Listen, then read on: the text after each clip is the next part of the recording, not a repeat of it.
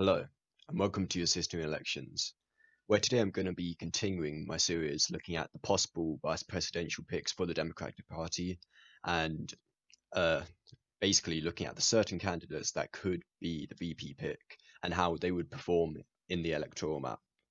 And this is going to be using current trends, recent election results, and of course polling data. So this is going to be, compiled of like what it would happen if it was held today on the 11th of July. And today we're going to be looking at Senator Tammy Duckworth of Illinois. And she has been a senator since 2016, defeating a Republican incumbent. And before that, starting in 2013, I believe she was the representative for Illinois' 8th district, 8th congressional district. And, she's quite well known for being uh, a double limb amputee. Uh, and she was the first female to be a double leg amputee in the Iraqi War, where she sustained her injury. And she's been quite vocal on military issues and gun rights as well. So overall, she's considered a centre-left Democrat, rather centrist, moderate candidate. You know, trying to get support of Rust Belt and Midwestern areas. So as you can see, I've already filled in all the safe states effectively. It might not be, within 15 points, but there's no chance that any of these states will ever flip to the Democrats or Republicans.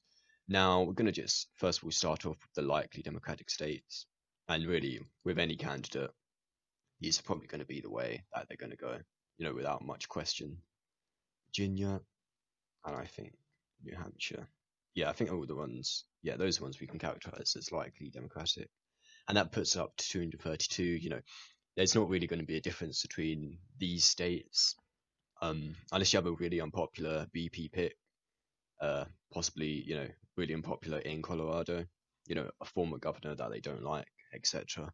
You're not really going to see these going to the Republicans. And I think with, Texas, unless you have a very specific candidate, and Tammy Duckworth is certainly not one of them, being from Illinois and having roots, Asian American. I think she's a Thai, yeah, having roots in Thailand, she's definitely not going to have much of an influence in southern states, especially. And I think these all, and then we're going to be moving on to the lean Democratic states. And this is where you're going to see a few flips. I think Arizona now falls into the category of lean, Michigan and Pennsylvania due to the locality near to Illinois. And I think that's all the ones I could characterize as possibly, lean Democratic. Tammy Duckworth, is definitely going to have effect in Michigan and Pennsylvania, being from, I believe, the Chicago suburbs. There's quite a lot of, distrust towards President Trump and his, especially starting in 2020 with the stuff that has gone on there. And Tammy Duckworth can definitely, add to Joe Biden's already rather strong grip in the Rust Belt regions.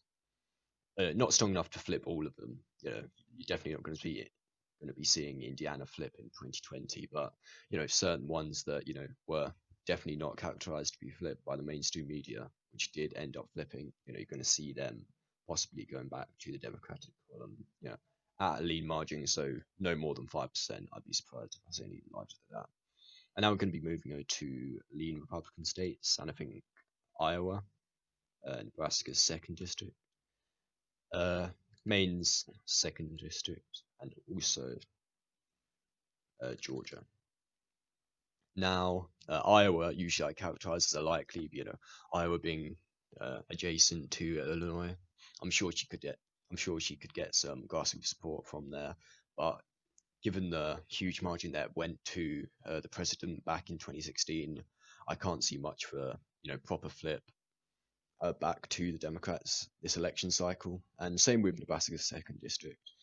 It could be close. I'm actually going to pop that one into a tilt Republican because being mostly suburban and urban area, Democrats have definitely seemed to capture suburban women votes and a lot of dis- disillusioned Republicans who definitely don't like what they are seeing with Trump currently. So I don't think there's going to be much change going on in these areas, but definitely going to tighten up. And Georgia and Maine, not the sort of people that Tammy Duckworth could influence. If anything, Joe Biden could influence these people more. So I don't think Tammy Duckworth will, add anything to the already gained voters who are supporting Joe Biden instead of her. So I don't think we're going to be seeing much change in the eastern uh, portion of the United States. Now, as you can see, I've already given the Democrats the victory here. I'm going to give them a few more states, and that would be Florida as a tilt, Wisconsin as a lean as well. Actually, probably just a tilt, just to be safe. But of course, proximity to a home state of Illinois definitely going to have an effect. As you know, Madison and Milwaukee are within 50 miles of the Illinois border. So you're definitely going to have some voters who have heard of Duckworth before, even though she's gained quite a large national, not huge. You cannot expect a majority of Americans to know who she is, but a fair amount, especially for a senator, a junior senator, who's relatively new in the national political landscape. And Florida, I think Joe Biden will help carry this just about, but of course, this could definitely flip either way. And these two states are going to be handing over to the Republicans, but by tilt margins. Possibly Ohio could be characterized as a lean, sorry. And I think that's where I'm going to leave Ohio at. And this puts the Democrats at 318 electoral votes and the Republicans at 220 electoral votes. So the Democrats would win with Tammy Duckworth as the vice presidential pick. And North Carolina and Ohio, really, they're not going to have much of an effect. Quite a lot of black voters in North Carolina. I think she could have somewhat of an effect on Ohio. A lot of population centers, Columbus, Cincinnati, Cleveland. But overall, I think there's a strong enough base in the rural areas that Ohio will not be flipping in 2020, no matter unless you have like a the Democratic senator from Ohio. I can't remember his name off the top of my head, but possibly if he was the VP, then they might have a decent chance in Ohio. But they don't want to be giving up a very important Senate seat just for a possible chance of winning one state, which in the end might not even affect much. And then they just be even shorter, one less seat short of gaining a Senate majority. And this is my final map, as I already went over the electoral figures. And thank you for watching. Remember to like, comment, and subscribe, and I will see you all again soon.